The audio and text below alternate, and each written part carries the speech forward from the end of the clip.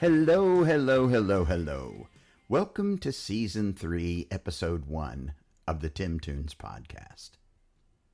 As promised, we're using a new format this season that includes interviews with some of the people that were most influential to me along the way.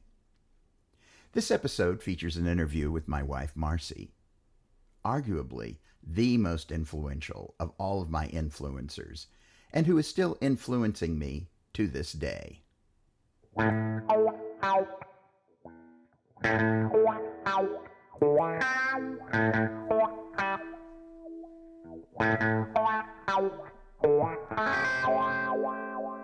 Hi, I'm Tim Rose, and this is the Tim Tunes Podcast.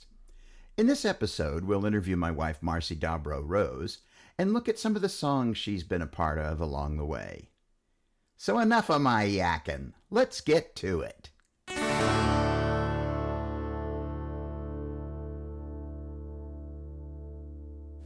Thank you for being my guinea pig here. Sure. I'd like to start off just by asking you a few basic questions. Who are you? I am Marcy Dobrow Rose, and I am your wife. And how long have we known each other? We've known each other for a long, long time. We've known each other since probably January of 1974, when we met at Frostburg State College. We were at a party. No, wait, sorry. That was our third date. But I think it was January. It was January. I think it was like the first or second week of January. Yeah, because we went to that party at the end of January. Mm-hmm. And I met you because one of the women in my dorm had borrowed a book from you. It was the Night Thoreau Spent in Jail. Mm-hmm. Might have been a play, actually. It was a play, yeah. Yeah. Mm-hmm. So she said, I have to return this book. Do you want to walk up with me? And I said yes. So I walked up with her to your dorm. You were on your bed with your guitar, and we saw each other, and the effect was immediate. My friend said you could feel the electricity going back and forth between the two of us, and I certainly felt that. So, well, I certainly felt it. Okay, Yeah. So then the rest is history, I guess. Yeah. I think it was like, who is this you brought to my lair?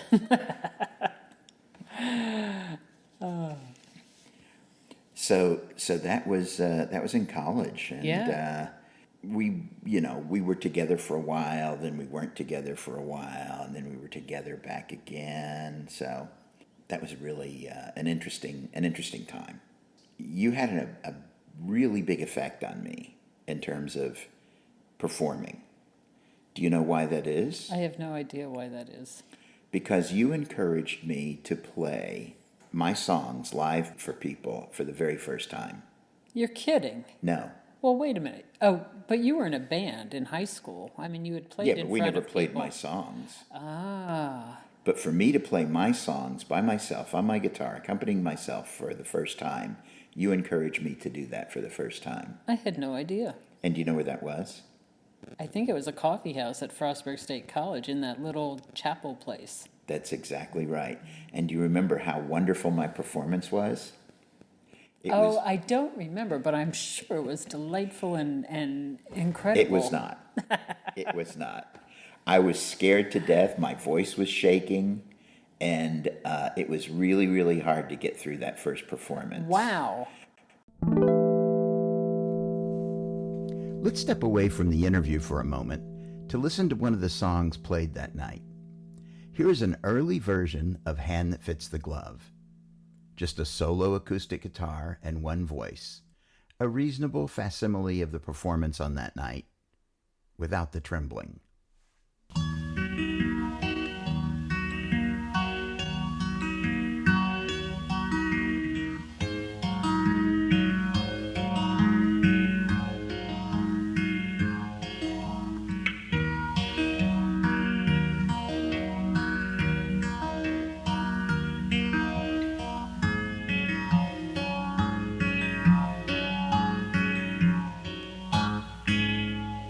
like the hand that fits the glove. Seen so many fingers along the way, like a weary wandering lark. It's finally found a place to stop and stay, but I can't stretch the glove to fit the hand, and the lark won't fly forever, although he thinks he can.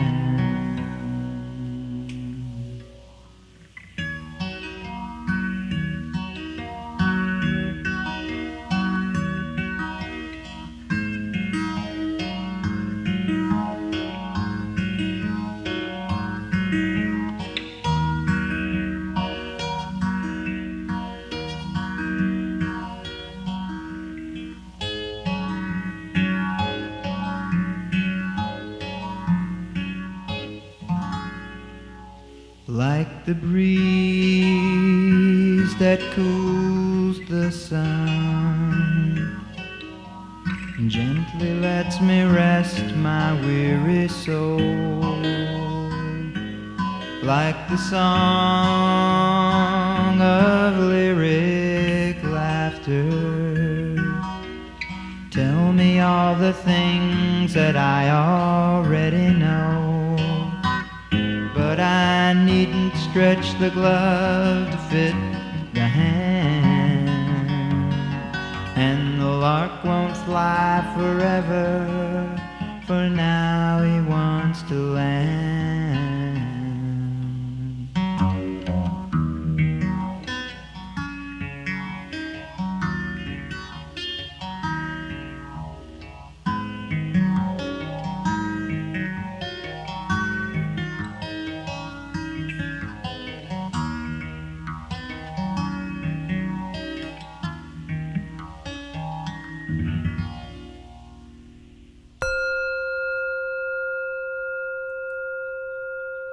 And now, back to our interview. But after that first performance, it was like some sort of dam had burst. And I just became much more confident about my own ability to play. And I want to thank you for that, because if you hadn't done that, who knows, I'd probably just be some nerdy theater guy. I think you would have found a way. Yeah, maybe. I don't know, but you encouraged me, and I really thank you for doing that. Well, you're welcome. I like doing things for you that I have no idea I'm doing. I know that about you. So you've known me for a long, long time, and you know that there's a lot of songs that I've written, and you know a lot of them. Do you have a favorite song of mine? I think it would have to be What We Make It, because that is such a happy, upbeat song. I love that song. Oh. You've mentioned Standing on the Edge of Possibility in a prior podcast, and you said that our daughter had heard that, and you said that she asked you to play it at their wedding, but you failed to mention that we played it at our wedding. Yeah, on a tape. Yeah. Yeah, it was taped. There were 4 songs or 5 songs, I think, I played at the wedding. Yeah. Yeah, that was one of them. Mm-hmm. Yeah. So, but What We Make It is such a happy and upbeat song. Maybe I'm being redundant, but it's always been a favorite of mine. Oh, that's nice.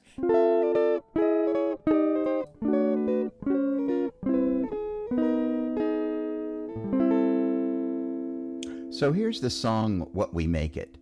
This is the version that we played at our wedding. It makes it easier to hear the guitar part than the fully arranged version that we featured on a previous podcast.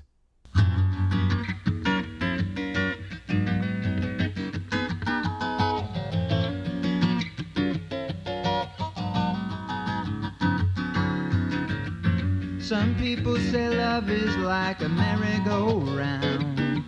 It goes up and down and up and down and around and around and around and around. Well, I can't speak for anyone except myself. But listen now before you put your love up on the shelf. Love is what we make it. We can make love fine. Wouldn't you like to share your love? Wouldn't you like to give your love? Wouldn't you love a heart full of love all the time?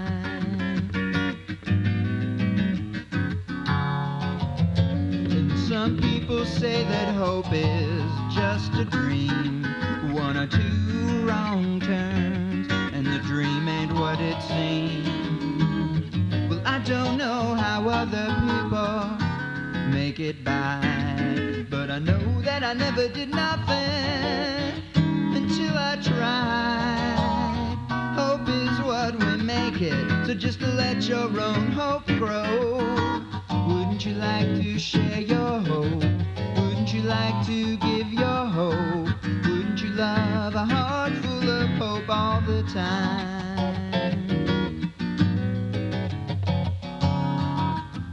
And some people say that life is such a bore, and they drag from day to day, always knowing what's in store.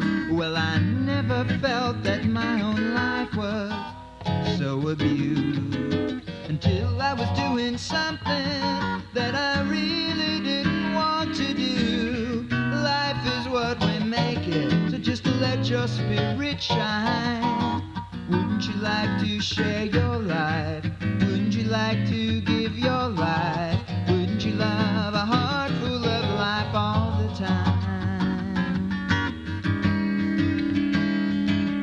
Yes, life is what we make it, so just let your spirit shine. Wouldn't you like to share your life? Wouldn't you like to give your life? Wouldn't you love a heart full of life all the time?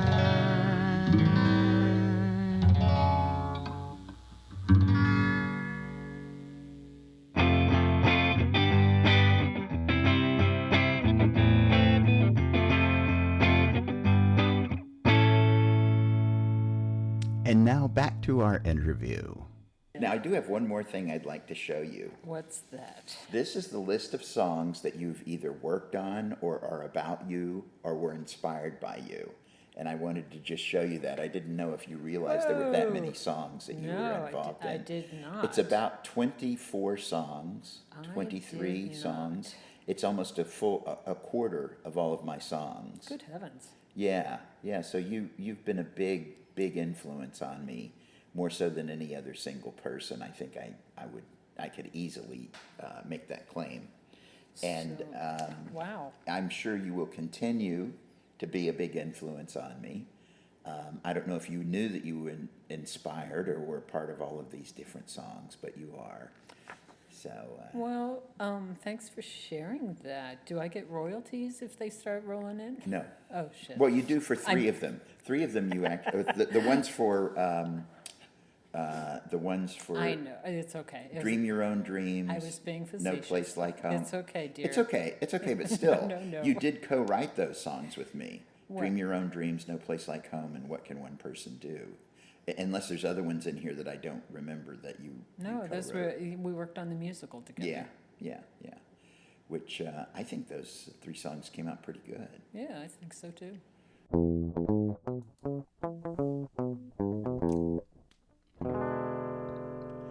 Marcy was a social worker when she wrote the lyrics for this song. She handed me what amounted to a poem, and then I set it to music.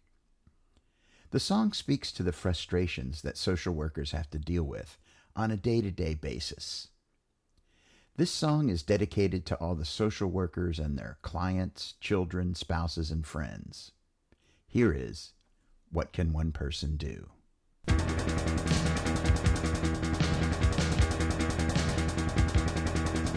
Alarm sounds, I stay down, trying to postpone another ringing phone. No rooms, red looms, and families filter in.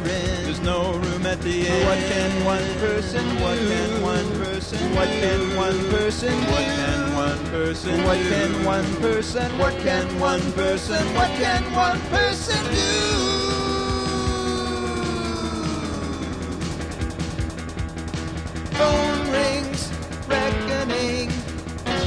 try to buy some time. A beggar's paradise. Court stays, cold days. There's no way they can win. There's no room at the end. What can one person What do? can one person What do? can one person What do? can one person What do? can one person? What can one person? What can one person do?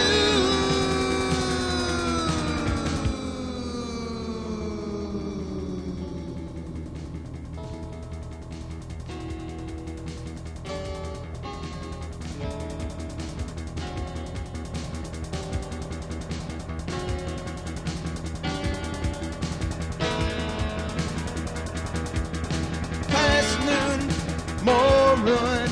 I have no miracle. The shelters are all Sit full. tight, dark night. No magic to put in. There's no room at the end. What can one person do? What can one person What do? can one person do? What can one person What do? can one person? What can one person? What can one person do?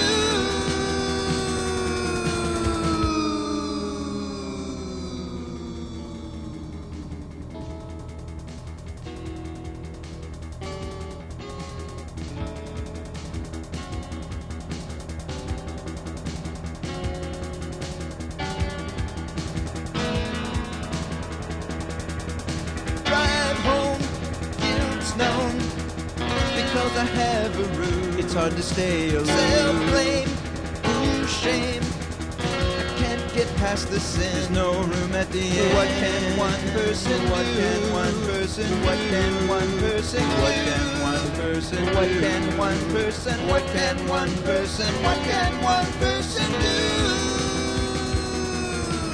What can one person? What can one person? What can one person? What can one person What do? can one person? What can one person? What can one person do? What can one person do? What can one person do? What can one person? What can one person? What can one person do?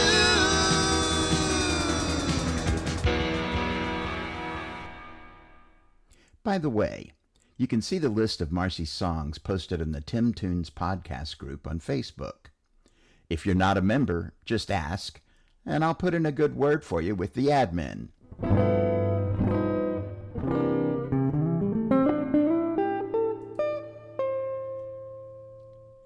Let's get back to our interview and close out the episode. It's been a pleasure to be interviewed. Well, kind of a pleasure, but so I enjoy your music. Oh, that's sweet of you. Thank you for that. You're welcome. And thank you for doing this interview today. You're welcome. I love you. I don't know how to end. That's a good ending. I think just Love thank is- you. You're welcome.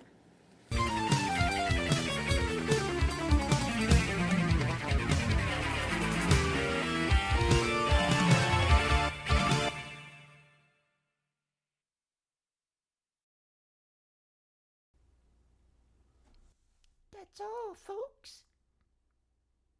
Unless you want to stick around and hear the outtakes from the interview. Now, do you personally have a favorite kind of music?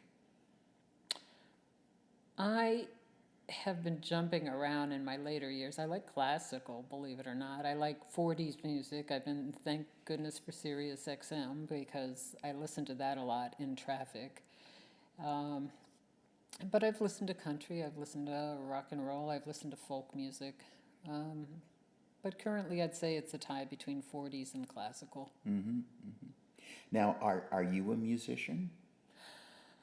I can play a pretty mean kazoo and the radio, and that's about the extent of my musical talents. And yet, when I met you, you had a guitar and you played guitar and Yep. you had a book that you kept of your favorite songs. Yep, and, yep. You know, so you don't do that anymore. No, I don't. Okay, well, that's too bad because I love listening to you sing and play. Have you ever written a song? I have. And written songs for the musical. Mm-hmm. And I've written, but I can't hear the music, so I write the lyrics. And I've been impressed with seeing the documentaries on the Beatles and their songwriting process, It's where kind of crazy.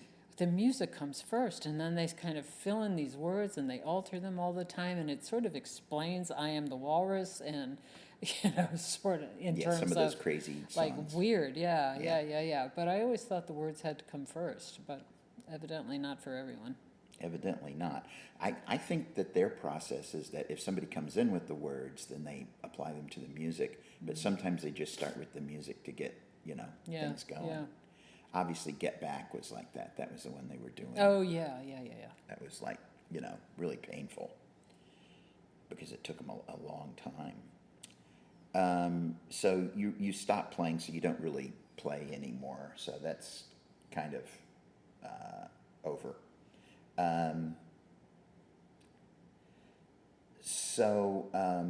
Do you have a favorite song? I mean, not my music, but just favorite song in particular that you...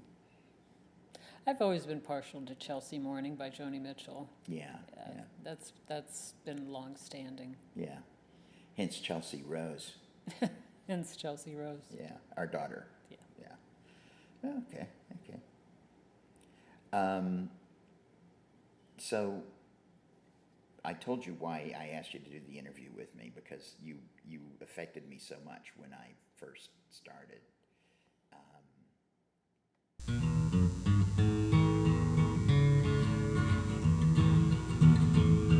For a long time now I've been feeling pretty settled, not really all involved. There's lots of things in which I haven't meddled, world problems I've not solved. But like a hibernating bear emerging from a cave, I've started to become aware that I'm digging my own grave. I want to be remembered like that grizzly in the willows. There's nothing in the middle of the road but yellow stripes and dead armadillos. This old world is changing mighty quick and time is marching on. I've got to sort through all the rhetoric of the elected echelon. It really doesn't matter much just what I do decide, as long as I get off the bus, 'cause there ain't no more free ride. I've got to make some choices, be it chocolates or vanillas, 'cause there's nothing in the middle of the road but yellow stripes and dead armadillos. Well, I've heard it said, and it's got a truthful ring, that those who stand for nothing will fall for anything, don't you know? If you ever stop and wonder why you're here or just what makes you tick, the answer's coming at you loud and clear, there really is no trick. Just look at what you've taken and what's left up on the shelf. Your choices will reveal to you the you that is you self. And remember when you sleep with your head upon the pillows, there's nothing in the middle of the road but yellow stripes and dead armadillos.